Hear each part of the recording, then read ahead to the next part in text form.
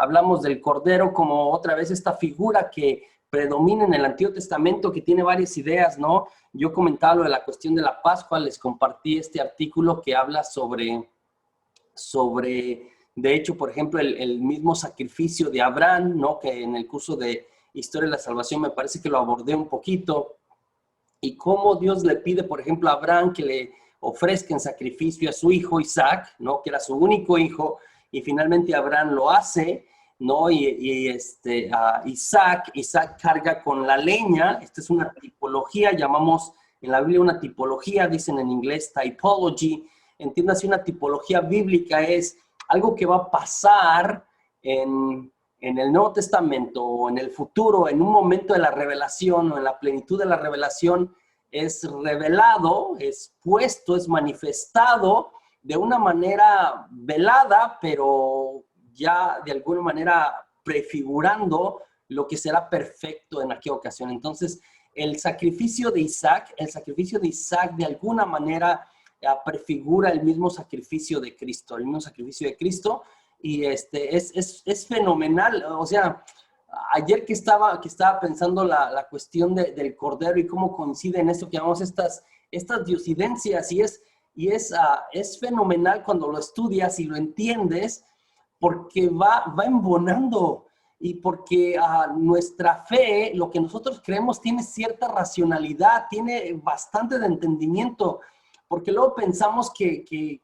tiene que ver con fideísmo, como pues es algo y son dos cosas distintas, tener fe y ser fideísta. Fideísta es creo, porque así dice. No, a la hora que estudias y rascas y entiendes, es fenomenal lo que vas encontrando, ¿no? La fe es racional, la fe no es irracional, es un mal concepto que a lo mejor a veces hemos manejado. La fe es muy racional, y luego cuando van acomodando estas cosas es impresionante, Regreso al sacrificio de Isaac como tipología, y es Dios, ¿sí? Le dice a Abraham que él le va a mostrar el monte, ¿dónde? O sea, que salga, ¿no? Que cargue con la leña a su hijo, y que él le va a mostrar el monte.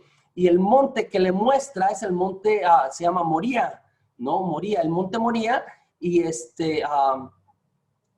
y van caminando, y cuando se lo muestra dónde es el monte Moría, y ahí es donde va a ofrecer a su hijo. Finalmente, ¿no? Ustedes saben la historia de Abraham en el capítulo 22, Dios de Génesis le termina diciendo como que cuando está a punto de matar, para ofrecer en sacrificio a su hijo Isaac, le detiene la mano un ángel, y luego encuentra un cordero, etcétera, y es ofrecido el cordero.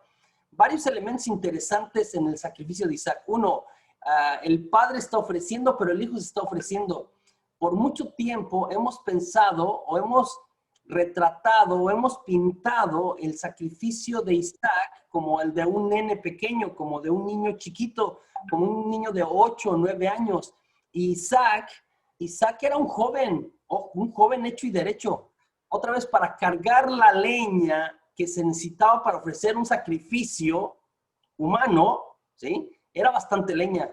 Entonces, Isaac era fuerte. Yo recuerdo, Abraham tenía según el pasaje de la Escritura, cerca de 100 años. Entonces, Abraham era un anciano, Isaac era un joven, y era un joven, estoy pensando otra vez, 17, 18 años. Usted ve los muchachos, ahora no, pero de 17, 18 años era un muchacho maduro. Probablemente podía más que su papá, seguramente podía más que su papá ya. Entonces, el sacrificio de Isaac, que a menudo lo hemos pintado como pobrecito, su papá lo está ofreciendo, es un niño, lo está sujetando. No. Isaac se ofrece. Isaac había visto que su papá había ofrecido sacrificios antes ya, por supuesto. Si usted lee con calma Génesis del 2 en adelante, sí, Abraham pasa renovando la alianza y ofreciendo sacrificios. Isaac había crecido viendo a su padre ofreciendo sacrificios. Él sabía qué se necesitaba para el sacrificio. Por eso le pregunta a su papá, le pregunta a Abraham, ¿dónde está el cordero, papá? Él había visto esto, ¿sí? Y Abraham le contesta, Dios proveerá el cordero. Esta pregunta de ¿Dónde está el Cordero? ¿Dónde está el Cordero? Traspasa siglos, ¿sí? Traspasa siglos porque Juan el Bautista responderá a la pregunta de Abraham. Juan el Bautista cuando ve venir a Jesús, lo señala y dice, Él es el Cordero de Dios. Y nadie entiende a lo mejor en ese momento, pero es en el contexto histórico de la promesa, de la situación, lo que ha sucedido muchos siglos atrás, casi 20 siglos atrás, con la historia de Abraham y de Isaac. Ahora señala como, Él es el Cordero de Dios. Él es el Cordero de Dios. Y yo le recuerdo otra vez, es el sacrificio de Isaac. Isaac es mayor, podía forcejear a su papá y no, se está ofreciendo Isaac. Jesús, sobre todo si leemos el Evangelio de Juan, Jesús se ofrece. Él es el Cordero, el que quita los pecados del mundo. Entonces, digo, cada uno de estos elementos van como dándole sentido a lo que vamos leyendo y complementando lo que vamos entendiendo poco a poco, ¿no? Entonces, el Cordero es una de las figuras, ¿no?, muy importantes. Ahí se va mencionando durante la Biblia, pero en el libro del Apocalipsis, que es el que estamos estudiando, mínimo lo encontramos 28 veces. 28 veces es bastante para el número de capítulos. Entonces, la prevalencia de la idea. Y otra vez, cuando hablamos de victoria y de esto, y el Cordero tiende a ser un animal como tranquilo, ¿no? Es otra vez, en Mateo 25, este pasaje escatológico pondrá como que los cabritos que son como más locos, más por ningún lado, y las ovejas, los corderos por otro lado, como más calmados, ¿no? Yo decía, la imagen misma es impresionante porque yo no sé si usted ha visto cuando matan un cordero. Cuando matan un cordero, el cordero no chista, el cordero no hace alboroto, no grita. El cordero cuando lo matan, cuando es degollado, ¿sí? Al parecer solamente como que llora, puedes ver como unas lágrimas que le salen, pero no grita, ¿no? Se desangra y muere. Entonces, que para representar, sobre todo estoy pensando en el Apocalipsis, a Jesús, el Todopoderoso, el que venció, el que es el vencedor sobre todo mal, con un cordero, es esta paradoja medio extraña que utiliza la escritura, ¿no? Pero es fenomenal. Entonces, terminamos hablando el día de ayer sobre el cordero y la importancia de ¿no? Su valor bíblico, etcétera, ¿no? Y que representa a Jesús como tal. El día de hoy vamos a hablar de los sellos y las trompetas, porque es el Cordero el que va a poder abrir, según hablamos, ¿sí?, cada uno de estos sellos. Algunos me pidieron el lunes que por favor les pasara la bibliografía, aquí se las presento, la bibliografía que estamos, más o menos donde estamos basando nuestro curso, ¿no? Hay algunas partes de este librito, Una puerta al cielo se llama, Una puerta al cielo, el Apocalipsis, por Tomás Parra Sánchez, un biblista mexicano de ediciones Dabar, ¿no? Dabar quiere decir palabra, en hebreo, palabra de Dios, ¿no? La palabra que nada más se utiliza para Dios, Dabar, en el Antiguo Testamento en Génesis, ¿no? Por eso lo pusieron así, porque es una colección de Biblia. Dabar solamente se aplica a Dios. Solo Dios puede dabar. Y es esta manera de que Dios habla y suceden cosas. Que cuando Dios habla siempre pasa algo, ¿no? Dijo Dios, haya luz y hubo luz. Dijo Dios, sepárense las aguas de arriba de las aguas de abajo y eso pasó. Eso es dabar. O Jesús que le dice al parapléjico, levántate, toma tu camilla y anda, eso es dabar. Lo que Jesús dice, eso pasa, ¿no? Yo digo, o a Lázaro, ¿no? Que le dice, Lázaro, sal de ahí, en el día cuarto, cuando para los judíos el día cuarto, ¿sí?, los muertos ya no regresan a la vida. Hay una creencia entre los judíos que en el día cuarto los muertos están bien muertos, ¿sí? Entonces, de hecho, por eso la hermana de Lázaro le reclama a Jesús como, ¿por qué no viniste antes? Si hubieses venido antes, mi hermano no hubiese muerto, ¿sí? Entonces, pero Jesús es capaz de ponerse enfrente de la tumba y decir, Lázaro, sal de ahí en el día cuarto. Cuando los muertos no resucitan, Jesús, que es Dios, utiliza dabar, ¿no? esta palabra poderosa que es capaz de crear, de resucitar, de sanar, de todo. Y entonces Lázaro sale de la tumba, ¿no? Entonces, una puerta al cielo, el Apocalipsis de Tomás. Hay otro librito chiquito, un cuadernito que estoy utilizando, sobre todo cuando describí la cuestión de las comunidades cristianas primitivas, de manera concreta las apocalípticas. Estaba utilizando este librito también de Tomás Parra Sánchez, ¿no? Un biblista mexicano, de unos cuadernitos que tiene de introducción a la Biblia, de otras cosas, del lenguaje bíblico, de varias cosas interesantes.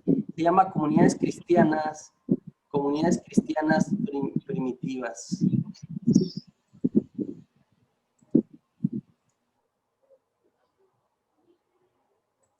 Les voy a pedir, por favor, que tengan ahí cuidado con los micrófonos, ¿no? Otra vez ahorita durante la clase, porque si no se vicia y se entra al de todos, que los tengan apagados. Ya a la hora del descanso podemos prenderlo para compartir y al final cuando hacemos las preguntas.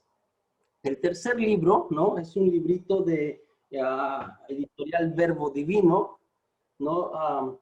Le había enseñado los libros, ¿no? Es para que tengan idea. No sé si ya cambiaron las portadas. Entonces, ese es el primero que se llama Una puerta al cielo, el Apocalipsis, ¿no?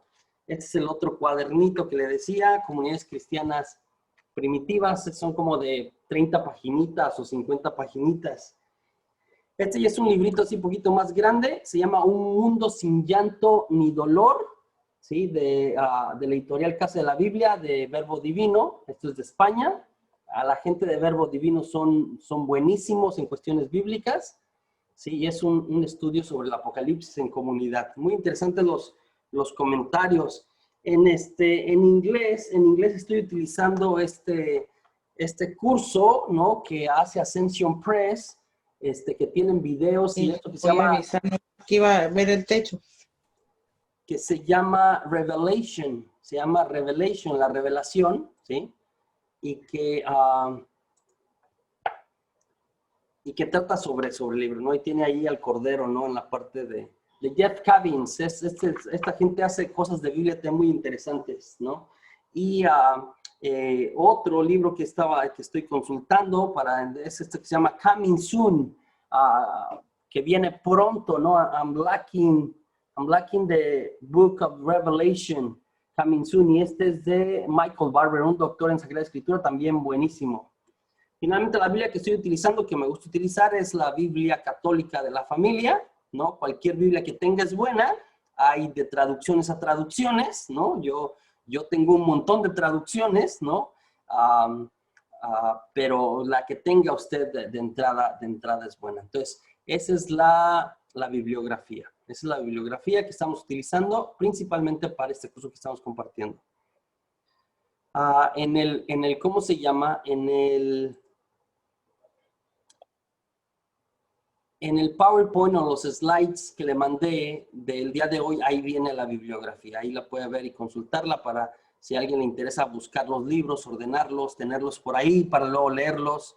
Valen la pena todos, ¿no? Cualquiera puede ayudarles a repasar, o hasta si va a dar una clase sobre el libro, a compartir en un grupo de estudio bíblico, a estudiar y compartir algo de lo que leemos. A cualquiera de estos libros son buenos como guías. Entonces, entramos a los 7 sellos y es el capítulo 6, y el capítulo 7. El capítulo 6 y el capítulo 7. Muy importante, vea, y le prevengo,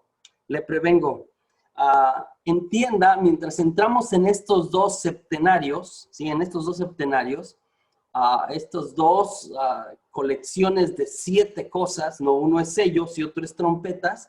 Es muy importante que tengamos en mente y en el corazón que a pesar de lo que vamos a ver o vamos a estudiar o lo que nos va a narrar, ¿sí? El vidente Juan, entienda que Dios está en control.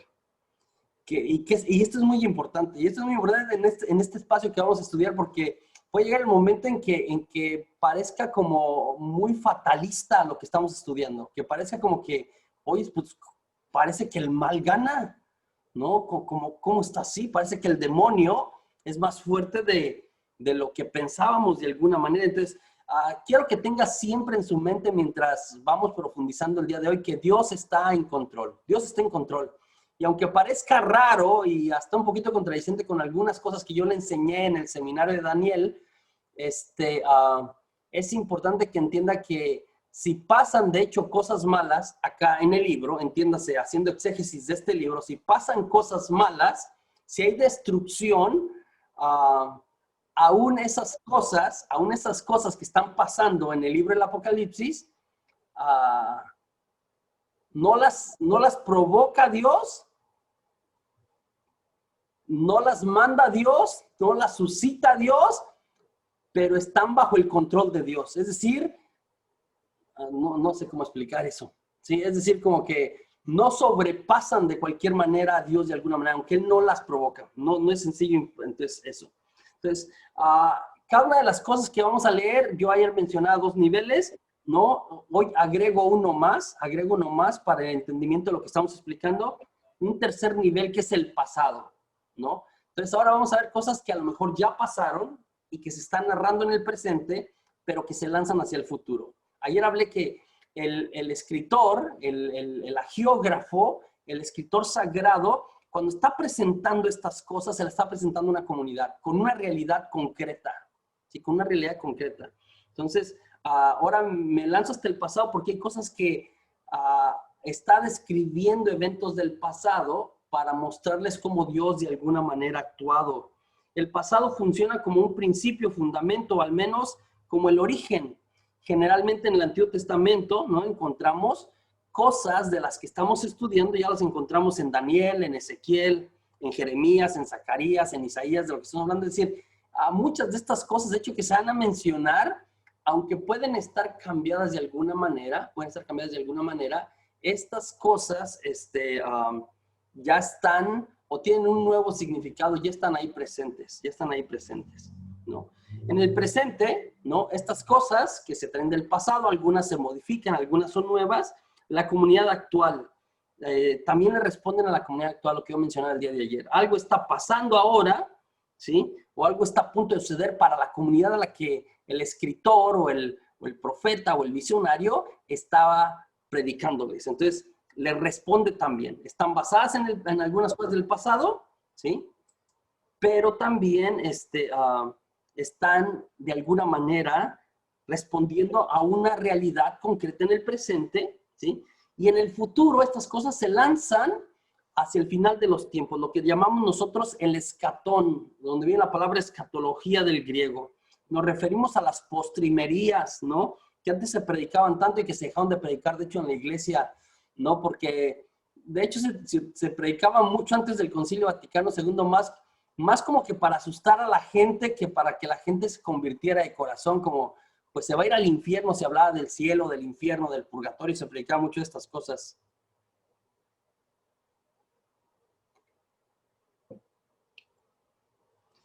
Pero sí, el libro sí lanza hacia el futuro, de alguna manera. Estas cosas sucederán, algunas de estas cosas, o sea, el fin del mundo, el juicio final, cosas que menciona el libro, sí sucederán en los últimos días, ¿sí? El designio de Dios sobre la historia y la humanidad es representado ahora con un libro, ¿no? En lo que entramos en el capítulo 6, el designio de Dios sobre la historia de la humanidad está en este libro. ¿Sí? Y está presente con un libro cerrado con 7 sellos, en las manos de Dios, ¿no? En la figura que estudiamos el día de ayer, está en la mano de Dios, el que está sentado en el trono, ¿sí? Esto también es importante. Este libro, o este rollo, o este pergamino, o este papiro, está en las manos de Dios. Y esto ya también simboliza algo, ¿sí? Otra vez, estamos hablando del designio de Dios sobre la historia de la humanidad. Está en las manos de Dios. Esto es importante, ¿sí?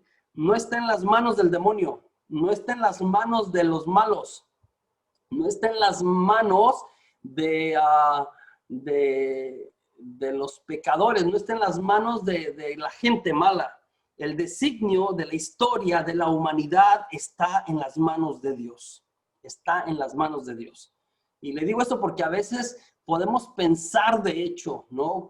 Analizando la realidad y las situaciones y lo que estamos viviendo y lo que se vive aquí o lo que se vive allá a nivel, a lo mejor, país o a nivel familiar o a veces hasta a nivel personal, interior, pensar como que, ¿para dónde va esto? Estamos re mal, ¿no? Otra vez, es importante que entienda que, otra vez, este libro que tiene, ¿sí?, el designio de Dios sobre la historia de la humanidad, que le incluye a usted y a mí, incluye a Estados Unidos, incluye a México, incluye a la humanidad de hoy, ¿sí?, está en las manos de Dios. Está escrito, aunque aquí no se ve, el libro, ¿no?, del Apocalipsis narra que está escrito por dentro y por fuera, por los dos lados, para aprovechar, era una costumbre. Está escrito por dentro y por fuera. Entonces, hay cosas que se pueden ver por fuera, pero hay otra parte que está escondida y que es indescifrable. Solamente Jesús puede descifrarla, ¿sí? Entonces, estos 7 sellos es el primer set de 3 que tendremos. Estos 7 sellos que se relacionan, y quiero que entienda esto. Entonces, hablaremos de 7 sellos, y luego hablaremos de 7 trompetas, y luego hablaremos de 7 copas después de las trompetas, ¿sí? Cada uno de estos tiene como un preludio entre cada uno de estos con otras visiones que insertan otras historias y otros momentos y otras cosas llenas de símbolos también. Pero estos 3, los 7 sellos, las 7 trompetas y las 7 copas, ¿no?, que son una lista de cosas que van sucediendo. Esto dice mayoría de los biblistas, no son 21 cosas. No sé si me explico. No son 7 más 7 más 7. No es como que primero van a ser los 7 sellos y después de los 7 sellos van a venir las 7 trompetas y después de las 7 trompetas nos van a caer encima las 7 copas.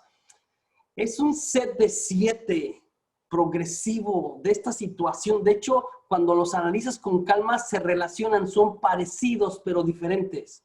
Entonces, estos 3 septenarios están basados probablemente en una misma idea teológica, en ciertos sucesos, ¿sí?, pero presentados con 3, o en 3 momentos distintos o con 3 visiones distintas.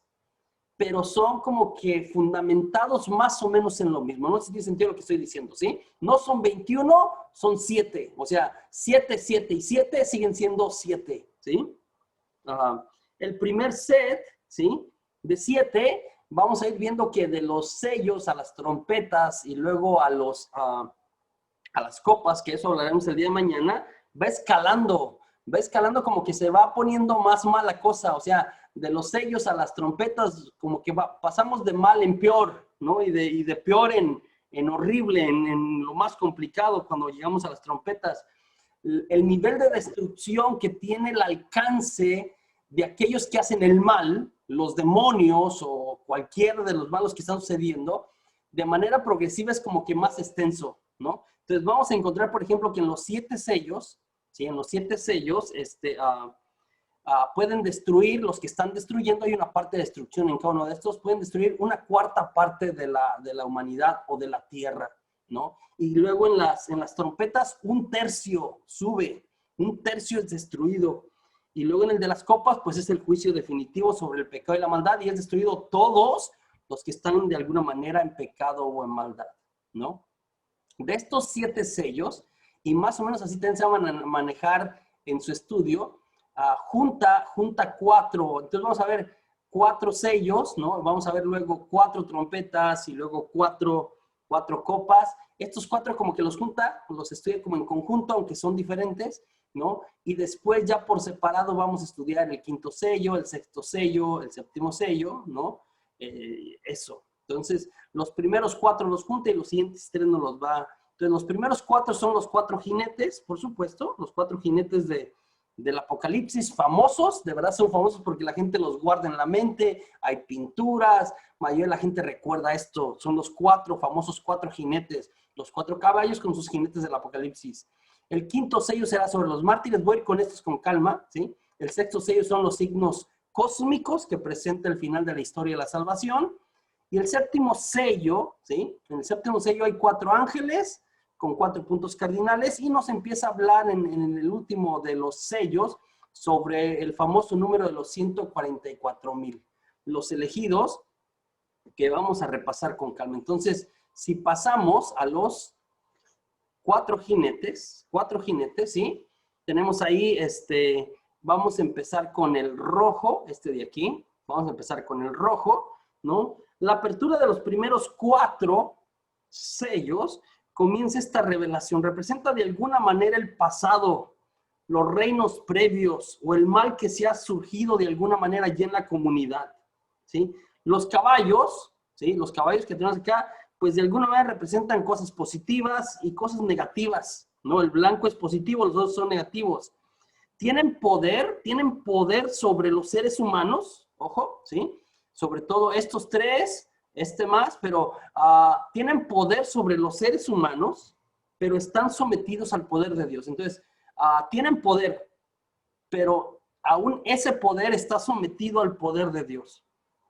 Los 4 simbolizan las potencias que se enfrentan en la historia humana en un campo de batalla, ¿sí? Otra vez yo le recuerdo el caballo en el siglo I, ¿no? Y por varios siglos, pero en el ambiente romano era un animal de guerra, de batalla.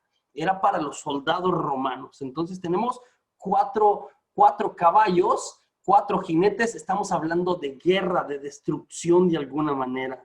Entonces, Zacarías nos habla de 4 jinetes. Entonces, la idea de los 4 jinetes otra vez la encontramos en el Antiguo Testamento en el profeta Zacarías. El rojo, voy con el rojo.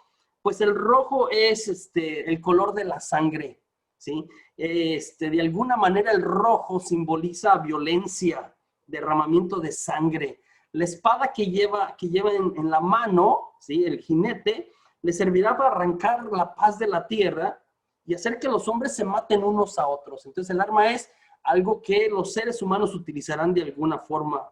Por lo tanto, este primer jinete, este primer caballo, este primer sello, entonces se va abriendo un sello y sale cada uno de estos jinetes. El primero es el primer sello, y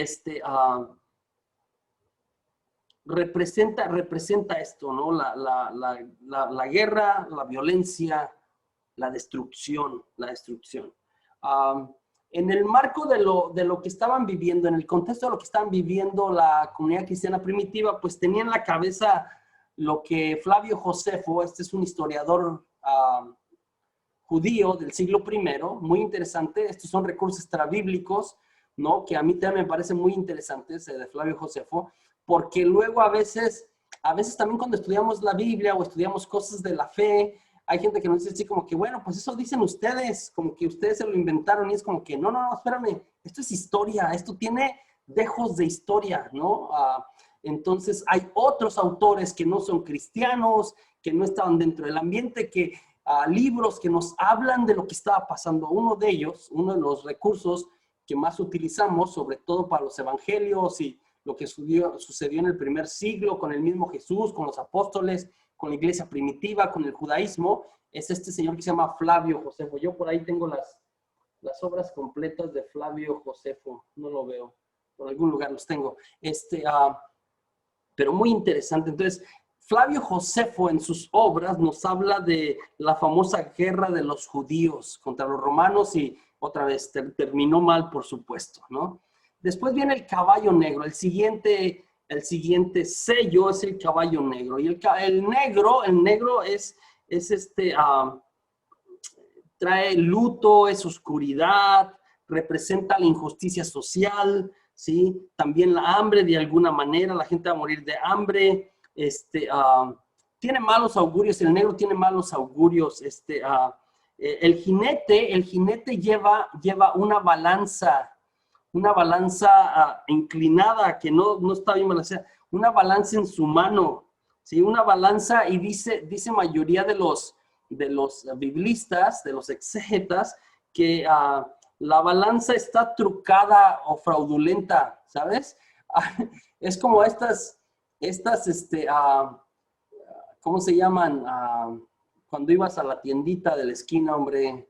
Las básculas de los mercados. Las básculas de los mercados que ya tienen 100 gramos arriba, ¿no? Entonces tú compras 1 kilo y en realidad te llevas 900 gramos, ¿no?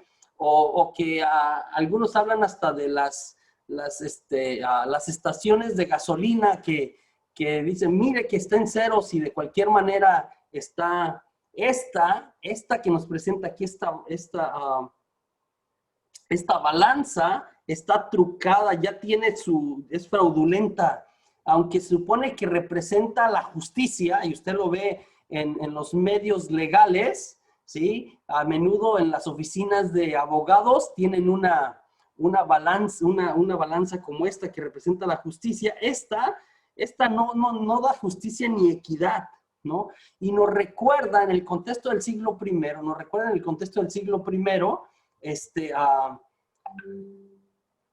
nos recuerda al imperio que controlaba la cuestión de los impuestos y la cuestión también, digo, y pasa todos nuestros días, de la canasta básica. De hecho, se cree que a finales del siglo I, ¿no? Por ejemplo, los precios de la canasta básica del siglo I, que es diferente a la nuestra, ¿no? Que lo básico era el trigo y la cebada, ¿no? Para hacer el pan, estaba inflada, ¿no? La gente que manejaba esto, pues hacía esto y terminaba perjudicando siempre a los más pobres, ¿no? El vino y el aceite, que eran más bien como, no eran cosas imprescindibles, mantenían su valor, pero la cebada y el trigo, pues sí subían, y el aceite. Entonces, habla de injusticia. Este jinete habla de injusticia social, de alguna manera, de injusticia social. Y luego el tercero que viene acá es el color a lo mejor no quedó bien, pero es pálido, es un verde amarillo pálido. Aquí no veo el verde amarillo, pero sí es pálido, es del color de los cadáveres, ¿no? El jinete ni nos lo oculta. El jinete que está ahí es la muerte. El jinete es la muerte, quien va aquí. Entonces, es el enemigo radical de la vida, representa el enemigo radical de la vida, ¿sí?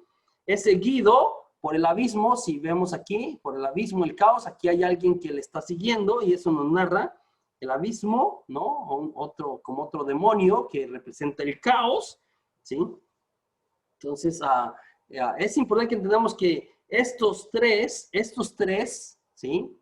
Estos tres sellos, estos tres caballos con sus jinetes, les ha sido dado un poder parcial, les ha sido dado, y entiende, cuando lea con calma Apocalipsis, léalo bien, porque de verdad, si es una buena traducción la que usted tiene de la Biblia, va a utilizar, cada vez que se refiere a personas que son malas, a los demonios o a las cosas malas que están pasando, va a utilizar los verbos en pasivo, como les fue dado, ¿sí? De alguna manera se utilizan los verbos en pasivo, se les permitió alguna cosa así, ¿sí? Entonces, va a estar en pasivo esto.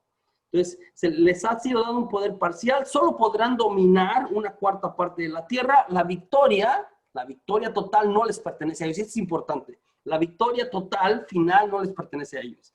Le pertenece al cuarto, ¿no? De los jinetes, el número 4, y que está representado está representado con un caballo blanco, que el caballo blanco simboliza victoria, evoca el poder glorioso de la resurrección, ¿sí? En la mentalidad del siglo I, sobre todo para los judíos o los judio-cristianos, le recordaba los partos, ¿sí? Yo le recuerdo otra vez, a los romanos era el imperio dominante, pero había como en la esperanza de los judíos, porque los judíos mismos habían intentado revueltas, ¿no? En el pasado, y varias de ellas habían sido sofocadas. Digo, la de los macabeos la habían logrado de alguna manera, pero después había habido varias revueltas militares tratando de independizarse, de liberarse de la opresión del imperio, y habían terminado mal. La peor de todas es el año 70, cuando se destruye la ciudad completamente. Entonces, otra esperanza indirecta que tenían los judíos o los judio-cristianos del siglo I era la cuestión que los partos, ¿sí? Este imperio del norte, que ya un tiempo había sido muy poderoso, tenían la esperanza que ellos dominaran Roma, el imperio romano, y que fueran libres de alguna manera de esto. Entonces, El caballo blanco también puede, aunque sabemos que es Jesucristo, en la mentalidad de la gente del siglo I también podía representar a los partos durante el Imperio Romano. El jinete pues es Jesús mismo, tiene un arco, ¿no? Habacuc 3:9 nos habla que otra vez Jesús viene con un arco y viene con una corona, ya en uno de los profetas del Antiguo Testamento. Esta corona y este arco de alguna manera representa la conquista. Este jinete ha salido a vencer. Su batalla no es contra la humanidad, ¿sí? Como esto no es destruir, la batalla de este jinete es contra las fuerzas del mal. Contra las fuerzas del mal. Volverá a aparecer este jinete que aparece aquí como el cuarto sello, volverá a aparecer más tarde en el capítulo 19, más o menos, del 11 al 16, con la llegada definitiva del reino. Entonces, esos son los primeros 4 sellos, El quinto sello, ¿sí? El quinto sello son los mártires. Habla de los mártires en el quinto sello. Es como que ya han matado a muchos cristianos en este punto. Estoy pensando, ya pasó Nerón, si estamos en el imperio del tiempo de Domiciano, también había muertos muchísimos. Entonces, en el libro llega un momento, ¿no? Y aquí es presente como que una de las maneras como martirizaban, ¿no? Era un circo, ¿no? Los echaban a los leones, los destazaban, algunos los colgaban y los llenaban como de algo y les servían de antorchas, o sea, a los mismos cristianos, ¿no? Los ponían y los encendían y servían de iluminación de todo el circo romano, y a los demás, pues, la gente se divertía, ¿no? Estas maneras raras de divertirse a los seres humanos, se divertía viendo cómo los leones, ¿no? Cómo estos felinos gigantes, pues, hacían pedazos a los cristianos. Esta película sobre San Pablo nos habla un poquito también de esta realidad. Entonces, la sangre de los mártires, de esto nos habla el quinto sello, clama venganza por sus vidas, ¿sí? Entonces, a estos mártires nos habla aquellos que ya han muerto, ¿no? Que fueron fieles, les fue dada una túnica blanca. Se han ganado el cielo porque han entregado su vida, ¿no? Porque no han claudicado de su fe, ¿sí? Muchos de ellos terminaban poniéndolos, y aparecen también en la visión, ¿no? En el altar, debajo del altar, de hecho hasta el día de hoy, debajo del altar se ponen las reliquias de los santos, se ponen cosas de los santos. No sé si usted sabe, pero por ejemplo, la mayoría de las iglesias, en el altar, ya sea en la parte de abajo, arriba, donde consagran, abajo hacen como un huequito. Ahí, por ejemplo, si a la iglesia está dedicada a San Francisco de Asís, se busca una reliquia de San Francisco de Asís, ¿no? Y se pone ahí que representa de alguna manera las almas de los justos en el altar. Porque en el cielo también habla que las almas de los justos están en torno al altar, ¿no? Entonces, la persecución de los que siguen al Cordero, de eso nos habla esto de alguna manera. La ira del Cordero, una figura extraña, ¿no? Acá nos habla de la ira del Cordero. Y se refiere más a esta idea del Cordero mesiánico, no de la figura otra vez que yo mencionaba de así como el Cordero que tranquilo, sino aquí el Cordero está molesto porque otra vez han matado a aquellos que han dado testimonio de alguna manera. Y de eso trata el quinto sello. El sexto sello, ¿sí? Entonces, estos primeros 5 van con los seres humanos. El sexto sello se dirige ya como a los cuerpos celestes, ¿sí? Y encontramos en el sexto sello algo que los biblistas llaman de creación. Y es como que la creación a la inversa se empieza a destruir todo lo que fue creado de alguna manera. Sigue el patrón de la creación de Génesis. Entonces, el sol y las estrellas, y luego el mar, y luego la tierra, y luego los seres que habitan la tierra, y luego la humanidad se van destruyendo, ¿sí? Así como fueron creados cada uno. Es un proceso de creación. Esto lo que nos quiere decir, o estos signos, o lo que nos presenta el sexto sello, es que el tiempo ha llegado. El tiempo llegó. That's it, dicen los gringos, ¿no? Finito. es evidente, ya está aquí, ya no hay más vuelta. Los signos cósmicos que nos presenta el sexto sello, ¿sí? Los cuales suceden otra vez, suceden con el permiso o de Dios de alguna manera, no de sus enemigos, no con el poder de sus enemigos, sino porque Dios de alguna manera lo permite. Otra vez parece que estoy contradiciendo lo que dije, es decir, Dios está en control, ¿sí? Encontramos también la paradoja del cordero, la ira del cordero, que había mencionado también, presentado como un león que tiene los 7 cuernos, es decir, que tiene todo el poder.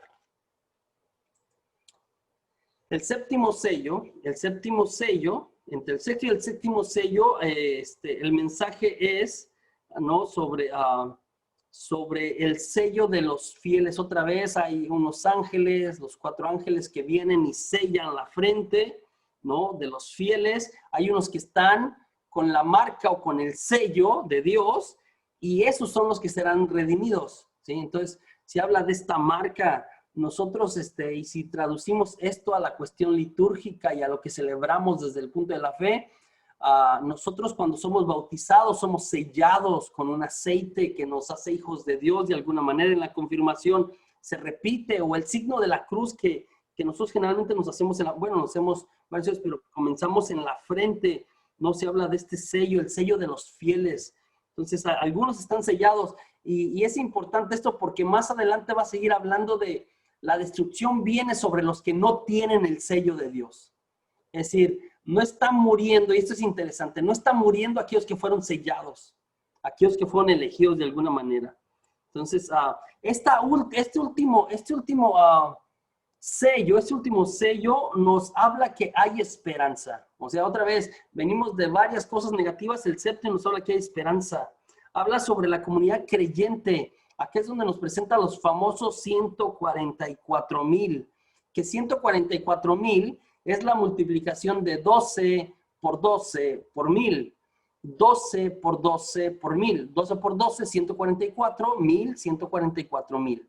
¿Sí? Y 12 por 12 pues representa las 12 tribus de Israel, el antiguo pueblo de Dios, los 12 apóstoles, el nuevo pueblo de Dios. Entonces el antiguo pueblo de Dios y el nuevo pueblo de Dios.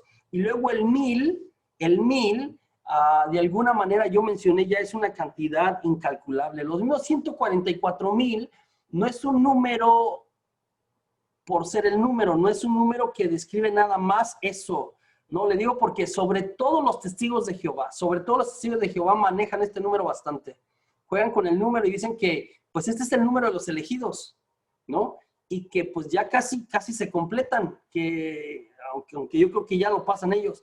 Y entonces es muy chistoso que llegan a tu casa y tocan tu puerta, y cuando te sacan la atalaya y te empiezan a hablar del séptimo sello, te empiezan a decir como que, pues ya vamos 139,999, nomás falta usted, ¿se apunta o no? ¿No?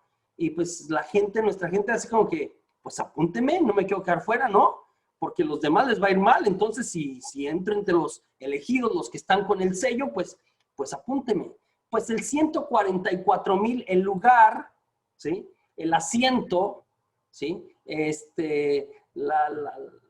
144,000 está como algunas aerolíneas, está sobrevendido, ¿sí? Ese 144,000 se ha sobrevendido, pero a lo loco. Es decir, porque yo me he fijado que a mí me tocó que unos hermanos vinieron a mi casa y me hicieron la oferta, y luego se lo vendieron también al vecino. También al vecino le dijeron, vecino, ¿no? Fueron con el vecino y también le echaron el mismo rollo y siguieron por toda la cuadra. Tan solo ese día, ¿no? Que decían que pues ya no quedaban casi, ¿no? Ahí perdimos el lugar varios, ¿no? De alguna manera. Pero bueno, en fin, los 144,000, ¿sí? Y luego en el libro del Apocalipsis nos habla de, y hace una numerología de, hay 12,000 de cada una de las tribus. Menciona los 12,000 de cada una de las tribus. Entonces habla 12,000 de cada una, y otra vez el número sigue siendo simbólico, ¿ok? Aunque hablamos de 12,000 de cada una de ellas, ¿sí? 12,000 de cada una de ellas, otra vez sigue siendo simbólico. Tiene de todas las tribus, excluye, y es extraño si usted lee con calma el pasaje, ¿sí? Excluye la tribu de Dan, uno de los hijos de José, y y le excluye porque al parecer Dan, la tribu de Dan había caído en idolatría. No aparece. Y en la lista de los 144,000 agrega a los levitas, que los levitas generalmente no estaban agregados, porque les recuerdo que cuando se contaban, ¿no? O cuando de hecho se repartió la tierra, se les dio a todos menos a los levitas, porque los levitas eran los sacerdotes, ellos no iban a heredar la tierra, ellos eran los sacerdotes, entonces su pago, su ganancia estaba en el cielo, las demás tribus se tenían que encargar de ellos. Acá sí agrega los 12,000 de la tribu de Leví, ¿no? En los sellos, ya había mencionado, se destruye pues un cuarto de la creación, Después hay un silencio extraño, ¿no? Cuando termina el sello, que dura como media hora. El último sello da paso a la siguiente serie, entonces, y esto se hace de alguna manera, es decir, el último sello da paso a nuestra siguiente serie de 7, a las trompetas. Entonces, los adversarios de Dios serán vencidos. De esto nos habla este último sello, ¿no? Los sellos se enfocan en los seres humanos de alguna manera, más en los seres humanos. Las trompetas se van a enfocar en el cosmos más que en los seres humanos, aunque también hablarán de ellos.